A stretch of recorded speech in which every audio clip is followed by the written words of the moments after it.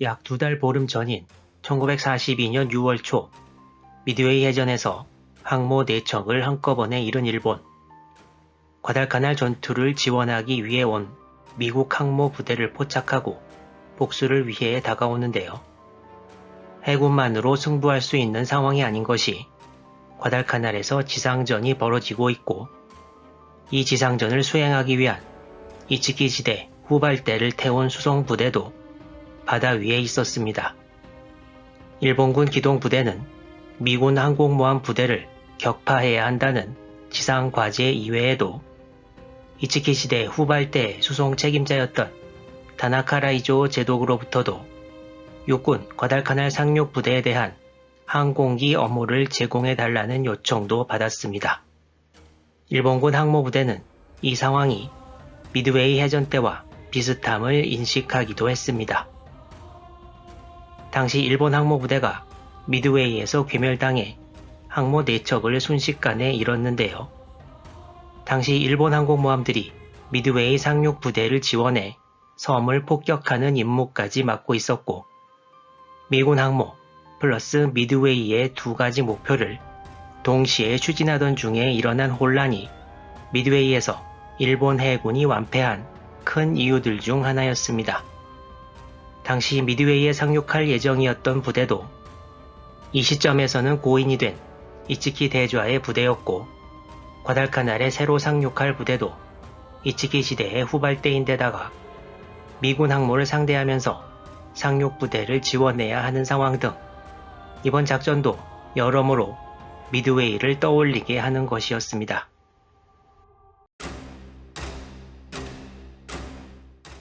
더군다나 미군 항모들의 정확한 위치도 모르는 상황이고, 섣불리 상륙부대 엄호를 위해 항공기를 출격시키면 자기들 위치도 드러날 수 있어서 상륙부대에 대한 항공모함 항공기들의 엄호는 24일부터 하기로 미루게 됩니다.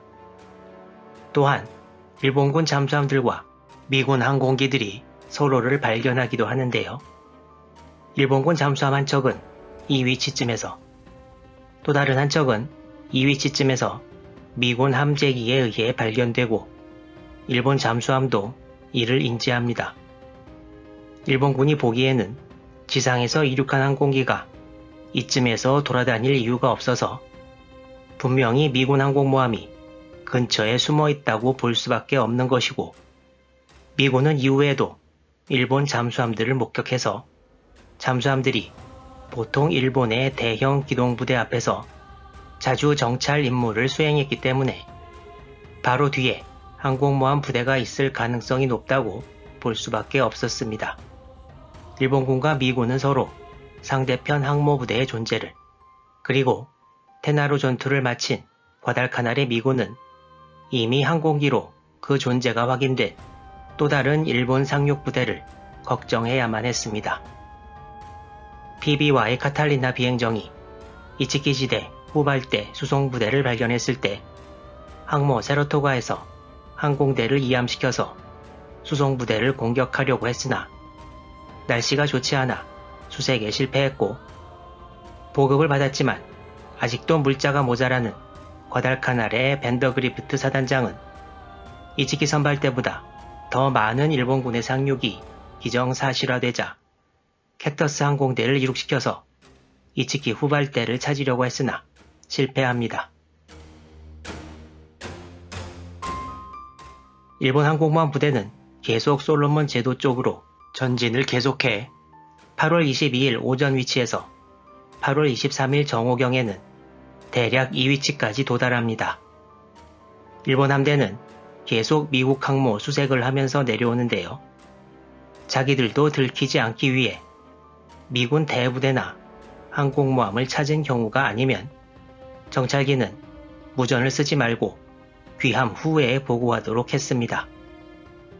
일본 항모부대는 오후 4시 반경에는 대략 남위 4도 40분, 동경 161도 30분까지 도달했지만 미국 항모부대를 발견 못해서 안전을 기하느라 북상하다 다시 내려오기도 했습니다. 항모부대와 같이 내려온 수상한 부대도 주로 항모부대의 동편에 머무르면서 이동합니다. 미국 항모부대는 23일 밤에는 과달카날 동쪽 약 400km 해상에 위치해 있었습니다. 8월 23일이 저물고 8월 24일로 넘어가는 시점에서 일본군이 작전을 하나 펼치는데요. 이 작전은 바로 즈이카쿠와 쇼카쿠를 따라온 8,000톤급 경항공모함 류조와 관련이 있었습니다. 미드웨이 이후 새로 도입된 일본 항모부대의 기본적인 작전은 지난번에 말씀드린 바와 같이 1개 항공전대에 주력 항공모함 2척이 있고 거기에 경항모 1척이 추가됩니다. 이번 작전에서는 그 경항모가 류조였고 경항모의 주된 임무는 주력 항모의 항공기들이 미군 항모를 공격하는 사이 이 2척의 상공을 보호하는 것이었습니다. 쇼카쿠와 즈이카쿠가 제로전투기 27대, 급강화 폭격기 27대, 뇌격기 18대씩을 보유한 반면 류조는 급강화 폭격기 없이 제로전투기 24대와 함상 공격기 9대만 보유했습니다. 이렇게 경항모는 적에게서 날아오는 폭격기 등을 막을 전투기를 위주로 항공대가 편성됩니다. 쇼카쿠와 즈이카쿠는 만재 배수량 약 32,100톤이었고 류조는 12,800톤이었습니다. 1942년 8월 과달카날을 향한 작전에 류조가 쇼카쿠, 즈이카쿠와 같이 움직였지만 류조는 사실 이번 작전에 참가할 항모는 아니었습니다. 원래 미드웨이 해전 이후 새로 탄생한 일본 항모부대인 제3함대에는 제1항공전대의 쇼카쿠, 즈이카쿠와 함께 류조가 아닌 즈이호가 편성되어 있었습니다. 류조는 제2항공전대 소속이었는데 이번 작전에 즈이호가 채 출항 준비가 안 되어서 대타로 제1항공전대에 편입돼서 과달카날로 오게 된 것입니다. 일본 항모부대가 8월 24일 02시경 류조에 내린 명령은 다음과 같았습니다. 류조는 중순양함 토네 그리고 구축함 아마츠카제, 도키츠카제와 함께 항모부대 본대를 앞서 나가 과달카날 근해로 진입해서 핸더슨 비행장을 공습하라는 명령이었습니다. 류조와 세 척의 군함으로 이루어진 부대는 8월 24일 04시 남하를 시작합니다.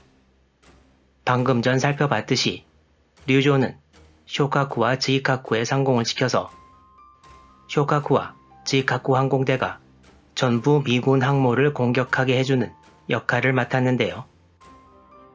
하지만 이렇게 본대에서 따로 떨어져 나와서 행동한다면 원래 목표를 이룰 수는 없습니다. 이 작전은 핸더슨 비행장의 항공기들을 미리 공격해서 화근을 없앤다는 의미도 있었지만 이와 동시에 일본 해군이 류조와 세 척의 군함을 따로 보냄으로써 얻으려는 것이 또 있었습니다.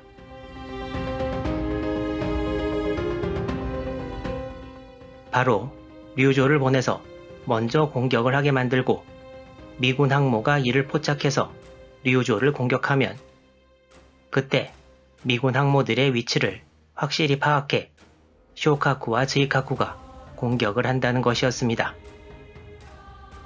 류조를 미군 항모들을 끌어내기 위한 사실상의 미끼로 쓴다는 것인데요. 일본어로 미끼를 뜻하는 오토리를 넣어서 미끼 작전이라고 칭하기도 하는 등의 언급이 자료에 많이 있습니다. 원래 항모부대의 전술을 포기하면서까지 시도한 이 작전은 일본 해군이 얼마나 미군 항모를 잡고 싶어 했는지 알려준다고 하겠습니다. 이제 승부수를 던진 일본에 대해 미 항모부대는 어떻게 반응할까요? 8월 24일 전투가 다음 영상에서 계속 이어집니다.